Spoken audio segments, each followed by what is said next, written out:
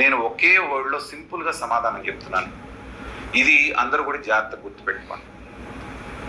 Between inner ring road and outer ring road. ఎందుకంటే inner ring road లోపల ఉన్నటువంటి core క్యాపిటల్లో మీరు కొనాలి అంటే సామాన్య మధ్యతరగతి వాళ్ళ వల్ల కాదు. 40,000 50,000 గజం పెట్టి కొనాలంటే అందరి వల్ల కాదు. కానీ ఇవాళ ఉన్నటువంటి పరిస్థితుల్లో రియల్ ఎస్టేట్లో ఒక బండ గుర్తు ఏంటంటే between inner ring road and outer ring రోడ్లో ఉన్నటువంటి ఒక 50 కిలోమీటర్ల పరిధిలో రాజధానికి మీరు ఎక్కడ కొనేసి దాన్ని ఒక 5 సంవత్సరాలు మర్చిపోతే మీకు బంగారు బాతులాగా అది గుడ్డులు పెడుతోంది. దీంట్లో ఎలాంటిది ఇక్కడ అక్కడ అనేటువంటిది ఏమీ లేదు. 50 కిలోమీటర్ల రేడియస్ తీసుకోండి.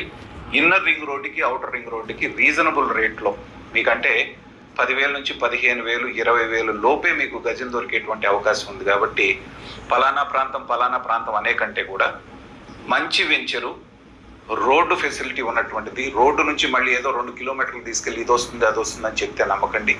రోడ్ యాక్సెస్కి కొంచెం ఒక 1/2 కిలోమీటర్ లోపల ఉన్నటువంటి వెంచర్స్ని సెలెక్ట్ చేసుకొని టైటిల్స్ జాగ్రత్తగా చూసుకోండి. అప్రూవల్ ఉన్నటువంటి వెంచర్స్లో మీకు అన్ని రెరా అప్రూవల్ మిగతాది ఉన్నటువంటి చూసుకొని కనుక చేస్తే దాన్ని కొనేసి ఒక 5 సంవత్సరాలు మర్చిపోయిన తర్వాత ఎలాంటి ఫలితాలు వస్తాయి, ఎలాంటి అప్రిసియేషన్ వస్తుంది అనేది మీ ఊహకు కూడా అందనటువంటి అప్రిసియేషన్ వచ్చే అవకాశం ఉంది. కాబట్టి దీన్ని ఒక బండ గుర్తుగా గుర్తుపెట్టుకొని మీరు ఇన్వెస్ట్ చేసుకోగలిగితే మాత్రం అద్భుతమైనటువంటి రిటర్న్స్ పొందగలుగుతారు. మీరు నాగార్జున గారు, రియల్ ఎస్టేట్లో మీది అపారమైన అనుభవం.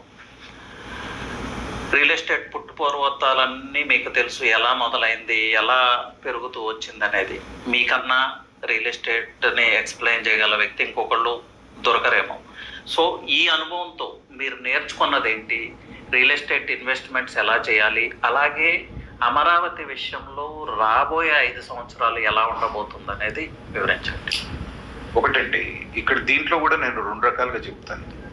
ఒకటి, భారతదేశంలో ఎక్కడ ఇన్వెస్ట్ చేసినా రానటువంటి రిటర్న్స్ ఇందాక నేను చెప్పినట్టుగా అమరావతి చుట్టుపక్కల ఉన్నటువంటి ఒక 50 కిలోమీటర్ల రేడియస్లో మీరు ఇన్వెస్ట్ చేసుకోగలిగితే అద్భుతమైన రిటర్న్స్ వస్తాయి. ఎందుకంటే ఇందాక నేను అన్నట్టు ఇప్పటికి కూడా దాని యొక్క సైజు, దాని యొక్క మ్యాగ్నానిమిటీ అనేటువంటిది జనానికి అర్థం కావట్లేదు. కాబట్టి సింపుల్గా మాలాంటి వాళ్ళు ఇచ్చే సలహా ఏంటంటే గుడ్డిగా మీరు 50 కిలోమీటర్ల రేడియస్లో కొనేసుకోండి, అంతవరకు. రెండోది ఏంటంటే మీరు కొనేటువంటి సంస్థను ఎన్నుకోవడంలో కూడా మీరు చాలా జాగ్రత్తగా ఉండాలి. అది ముఖ్యమైనటువంటి విషయం. రియల్ ఎస్టేట్లో మీరు అడిగారు 30 సంవత్సరాల్లో ఏం నేర్చుకున్నారు అనేటువంటిది.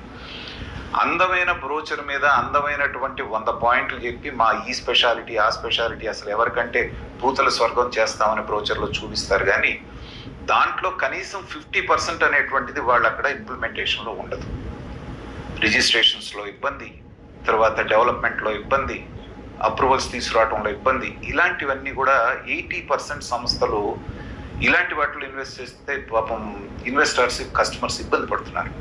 కాబట్టి చూస్ చేసుకునేటప్పుడు ల్యాండ్ ప్రొక్యూర్మెంట్ ఎలా చేశారు, కనీసం టీఎల్పీ ఉందా లేదా, ట్రాక్ రికార్డు వీళ్ళు వెనక చేసినటువంటి వెంచర్లు ఎలా పూర్తి చేశారు, చెప్పిన డెవలప్మెంట్ చేశారా లేదా అనేటువంటి